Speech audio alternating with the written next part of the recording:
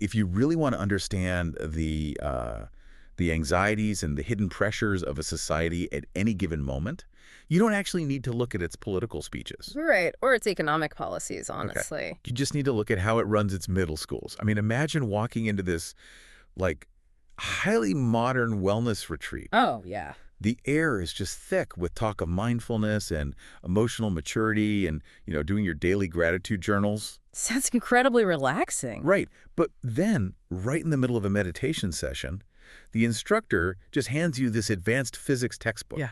And they tell you that your entire economic future depends on the next exam. That intense, almost dizzying paradox is exactly what we were exploring today in this deep dive. It's just a remarkable collision of two completely different paradigms, really. Because on one side, we're seeing this profound systemic shift toward holistic, empathetic child development. Yeah. But on the other side, that empathy is just running headfirst into one of the most hyper-competitive, high-stakes academic environments on the planet. And for a kid standing in the middle of that transition, The psychological demands are just unprecedented. It's huge. which brings us to the core tension of the document we're decoding today. We actually have our hands on the 2026 to 2027 orientation guidelines for grades 6 through 9 at Academic Heights Public School. Also known as AHPS. Yeah. All right, AHPS. Yeah. And this framework, which is presented by the school's director, Hima Sagar, it serves as this very specific window into the mindsets of modern educators and modern parents, too. Absolutely. It's a literal blueprint of how one institution is attempting to, architect a bridge between cutting-edge wellness philosophies and just uncompromising traditional rigor. Okay, let's unpack this. Yeah.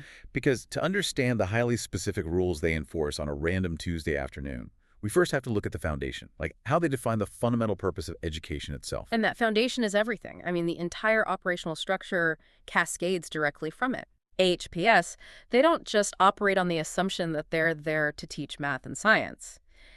They have established this very rigid, non-negotiable, four-pillar definition of education. And those pillars are physical development, socio-emotional maturity, logic and language, and art and creativity. Exactly. But the crucial detail here, and this is wild, is that the director explicitly states that every single experience in the school is intentionally mapped to this exact definition. Every single experience. Yeah. Nothing happens by accident. See, that phrase, every single experience, that is what caught my attention. Because it implies a level of, surveillance and curation that goes far beyond a standard syllabus. Oh, completely. It almost functions like a biometric fitness tracker but for students' brain and soul. Yeah, You know? that's a great way to put it. Like every interaction, every game on the playground, every random conversation in the hallway is theoretically being logged into this invisible algorithm of character development. Right. Which leads me to a hypothesis. If every single experience is mapped to an educational definition, does that leave any room for kids to just be kids?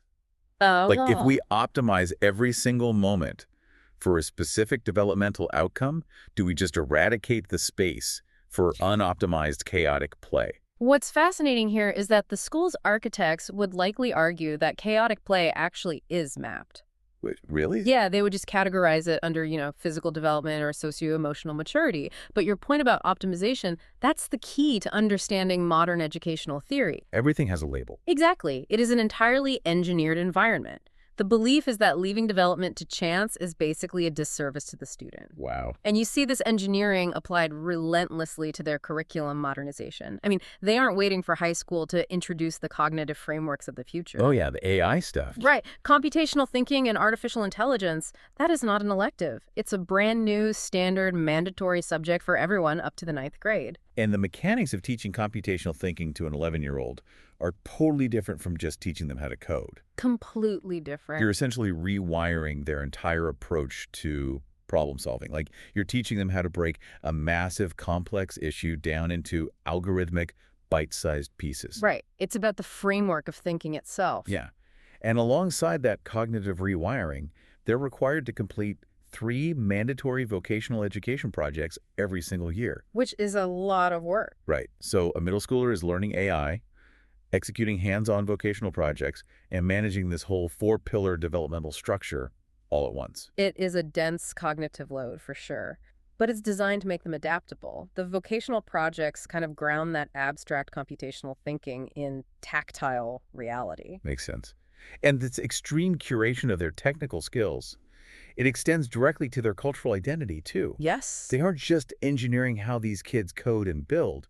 They are actively engineering how they speak and relate to their heritage. The language policies are super interesting. Yeah, the guidelines strongly recommend Telugu as a second language for primary students, presumably to maintain deep cultural and regional roots, unless, the family comes from a specific non-Telugu background. Right. But to counterbalance that regional grounding, the school utilizes its house activities, Right. like the intra-school competitions, debates, events, specifically to develop English communication skills. It is a very deliberate linguistic balancing act.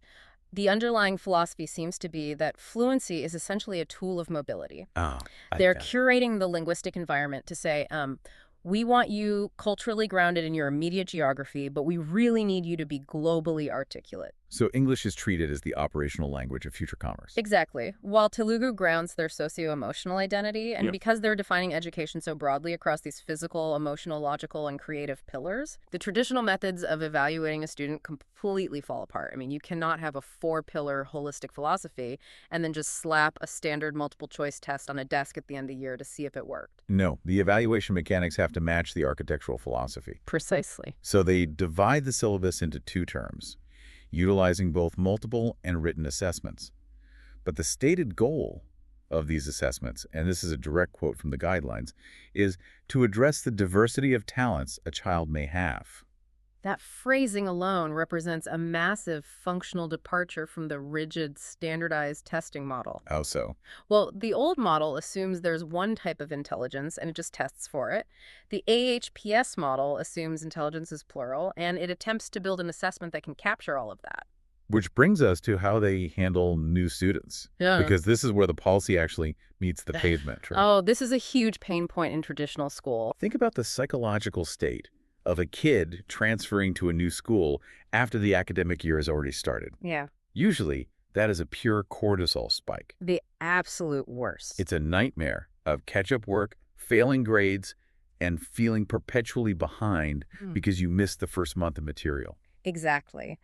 The traditional system basically punishes the student for an administrative reality that's completely outside of their control. Right. But AHPS addresses this through a radically different mechanical lens.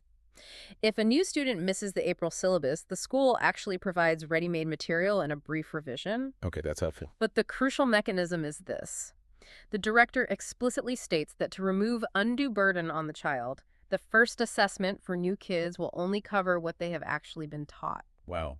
Which removes the whole deficit model of education. Yeah. Like they aren't starting at negative 50 points just for showing up late. Exactly. But this philosophy also bleeds into their policy on daily homework, which is where the implementation gets highly complex. The guidelines state that when facilitators, which by the way is a very intentional modern rebranding of the word teachers, Oh, very intentional. right, when facilitators observe homework, they're looking for evidence of effort and understanding, not just task completion. Great. Now, I have to push back on the practicality of this a little bit. It sounds wonderfully empathetic to grade based on diversity of talents and evidence of effort, but isn't that incredibly subjective compared to, like, a standard math test? It is deeply subjective. Like, how does a teacher accurately measure effort? Doesn't this put the facilitator in the role of a psychoanalyst rather than a subject matter expert? That is the ultimate vulnerability of any holistic education model. I mean, measuring effort requires a teacher to possess a deep longitudinal understanding of the student. They really have to know them. Exactly. They have to know the child's baseline, their specific cognitive struggles, their working style. It relies heavily on the intuition and observational bandwidth of the educator. Which takes a lot of time. A ton of time. But if we look at the historical and psychological context of this choice, trying to measure effort is actually a significant rebellion against an industrial model of schooling. Interesting. Historically, schools assess the output, regardless of the input required to achieve it. By shifting the metric to evidence of effort, the school is attempting to incentivize a growth mindset. So they're rewarding the process. Yes. They're trying to reward the neurological process of struggling with a problem rather than just rewarding the kid who happens to naturally understand fractions right away. It's an attempt to assess the human being's resilience, not just their accuracy. Exactly. And this empathetic grading isn't isolated to academics. It is the exact same logic applied to their behavioral policies. Right, it's a unified system. If you're teaching kids that effort and process matter more than perfection in math, you have to apply that same developmental grace to how they handle conflict and their own psychology. Absolutely. They don't just expect these middle schoolers to naturally possess emotional maturity. They're actively engineering the infrastructure to create it. And infrastructure is exactly what it is. It's not just some nice poster on the wall saying, be kind. Right.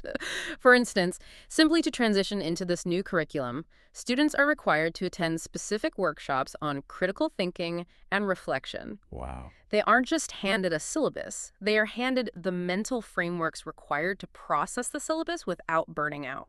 And the very first week after the school reopens is entirely dedicated to this. It features mandatory socio-emotional training for all children. For everyone. The stated goal is to cultivate discipline and emotional maturity before diving into the academics. But I think the most striking mechanical change is the homework. Oh, the homework is fascinating. For kids in the 6th through 9th grades, homework is no longer just doing 20 algebraic equations. They receive what the school defines as reflective homework. Yeah. Even more fascinating, there is monthly gratitude-based homework. And this isn't just a vague suggestion to, be thankful. The guidelines explicitly note that facilitators will explain to the students in detail how to do this. Like a step-by-step process. Exactly. From a psychological standpoint, this is an exercise in applied neuroplasticity. The school is actively trying to mandate a structural change in how the child perceives reality. That's intense. It is. By forcing them to systematically document gratitude, they're basically training the brain to scan the environment for positive stimuli, which theoretically builds emotional resilience against academic stress. So they're teaching gratitude as a technical skill. Yeah. No different than computational logic. Exactly the same. And they've woven this directly into the social hierarchy of the school, too. From the 2026-27 academic year, they have restructured the student cabinet to include 2 entirely new leadership positions, a socio-emotional ambassador and a health and wellness ambassador. If we connect this to the bigger picture, you are witnessing the complete institutionalization of mental health. Right. It is no longer an invisible service relegated to the school counselor's office behind a closed door somewhere. It has been pulled front and center. It's out in the open. It's peer-led. It is a cabinet position with social capital placed right alongside the class president or the sports captain. That's a huge shift. It systematically normalizes the vocabulary of health and wellness in daily teenage interactions. But of course, these are still teenagers navigating complex social dynamics, right?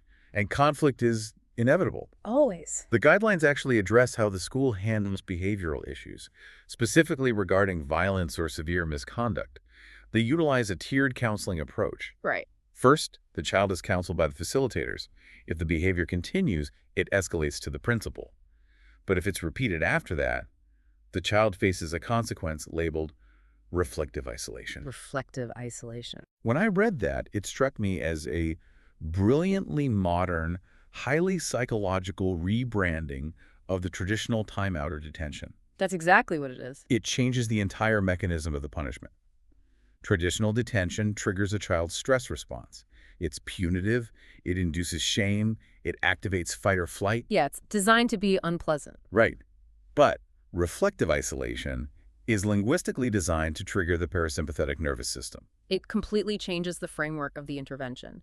Detention implies you are serving a sentence. Reflective isolation implies you are undergoing a therapeutic reset. It sounds so much better. Now, the physical mechanism removing the child from their peers is functionally identical. Right, they're still sitting alone in a room. Exactly. But the psychological framing changes how the child and the parents process the disciplinary action. It aligns the consequence with the core socio-emotional pillars, rather than framing it as sheer punitive authority. I mean, it sounds like an intervention you'd pay a premium for at an executive retreat.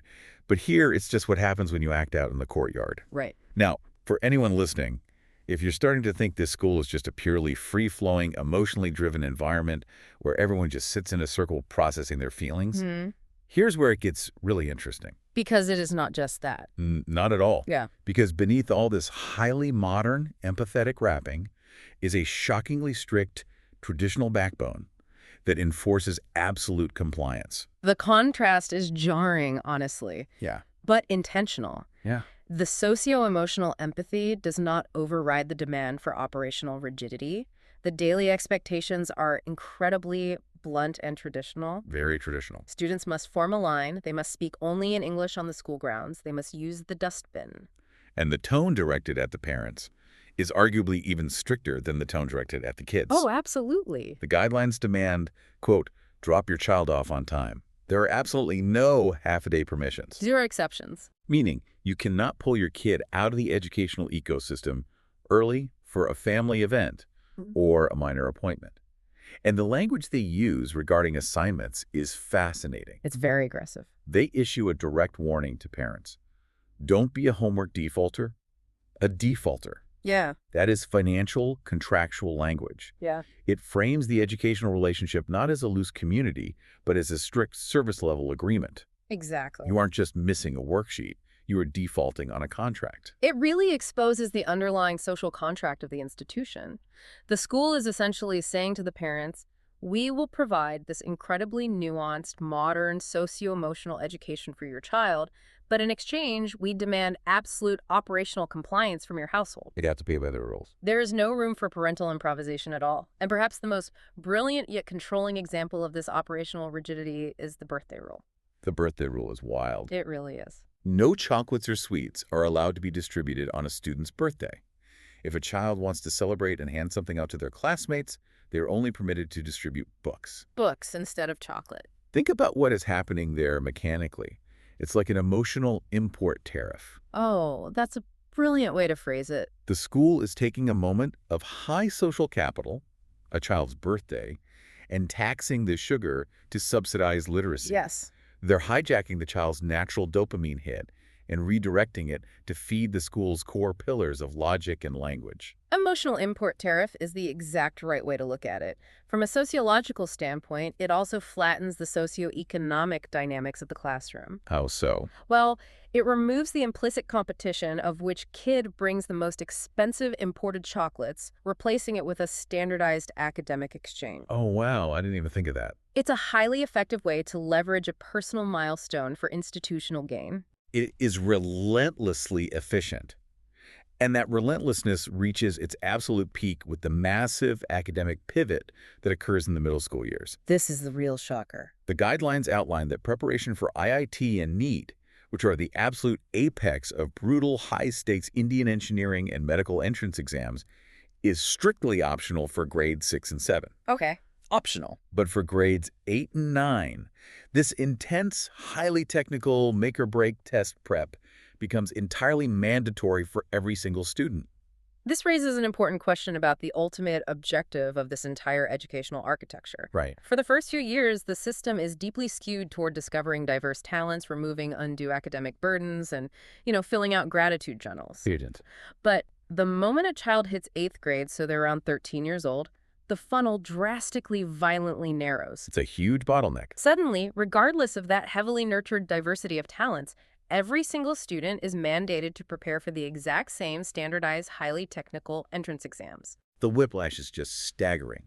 Think about the cognitive dissonance for the teenager. It must be so confusing. They are being given the vocabulary of therapy, but the schedule and expectations of a corporate lawyer. Exactly. In one breath, they are meeting with the socio-emotional ambassador to discuss their feelings. And in the next, they are forced into a mandatory prep course where they have to outscore millions of other kids in advanced chemistry. Do these two paradigms just cancel each other out? It is the defining paradox of modern education in highly competitive economies. The institutions, they know the science. Yeah. They know that the holistic, socio-emotional frameworks create healthier, more adaptable, and resilient human beings. Sure. But they also know that the economic reality of the society waiting outside their doors hasn't changed at all. Yeah. The university gates are just as narrow as they were 30 years ago. They haven't widened at all. Nope. The economy still disproportionately rewards the top IIT and NEET scores. So the school is functioning as an emotional shock absorber. Wow. A shock absorber. Yeah. They are trying to build psychological armor on these kids. The critical thinking, the gratitude, the emotional maturity, specifically so that when they are thrown into the crucible of mandatory high-stakes test prep in 8th grade, they do not shatter under the pressure. So what does this all mean? When we zoom out and look at this blueprint from Academic Heights Public School, we're looking at an institution trying to have it all. Absolutely. On one side, we see the profound implementation of modern mindfulness. Yeah. You've got peer wellness ambassadors, effort-based grading, and deeply empathetic policies for new students. Right. On the other side, we see uncompromising standardization, mandatory entrance exam prep for 13-year-olds, strict behavioral rules, and a demand for absolute operational compliance from the families. And as we close this analysis, I want to leave you with a thought that really probes the long-term impact of this dual approach. Okay. Think back to that birthday rule, the emotional import tariff we talked about. A child learns that to celebrate their own existence, they must give out books to align with the institution's educational goals. Right. It's an undeniably noble outcome on the surface. But if an institution explicitly mandates and maps all aspects of life, from how you celebrate aging, to how you practice gratitude on a Tuesday night, to exactly what highly technical career path you start preparing for in the 8th grade, Yeah. what happens to a child's intrinsic motivation? That is the existential question at the center of all this engineering. Exactly. When the school so carefully scripts every emotional response, curates every peer interaction, and engineers every milestone to serve a pillar. Does the child learn to be genuinely good? Right. Genuinely grateful and genuinely curious about the world. Or do they simply master the mechanics of being flawlessly compliant with the curriculum? Do they actually possess the emotional maturity, or have they just learned how to ace the test of appearing emotionally mature? It's a fine line. It really makes you wonder what happens when that student finally graduates, steps out of the engineered wellness boot camp, and has to build their own internal architecture out in the chaos of the real world. That's the real test. Thank you for joining us on this deep dive. Keep questioning the structures around you, and we'll catch you next time.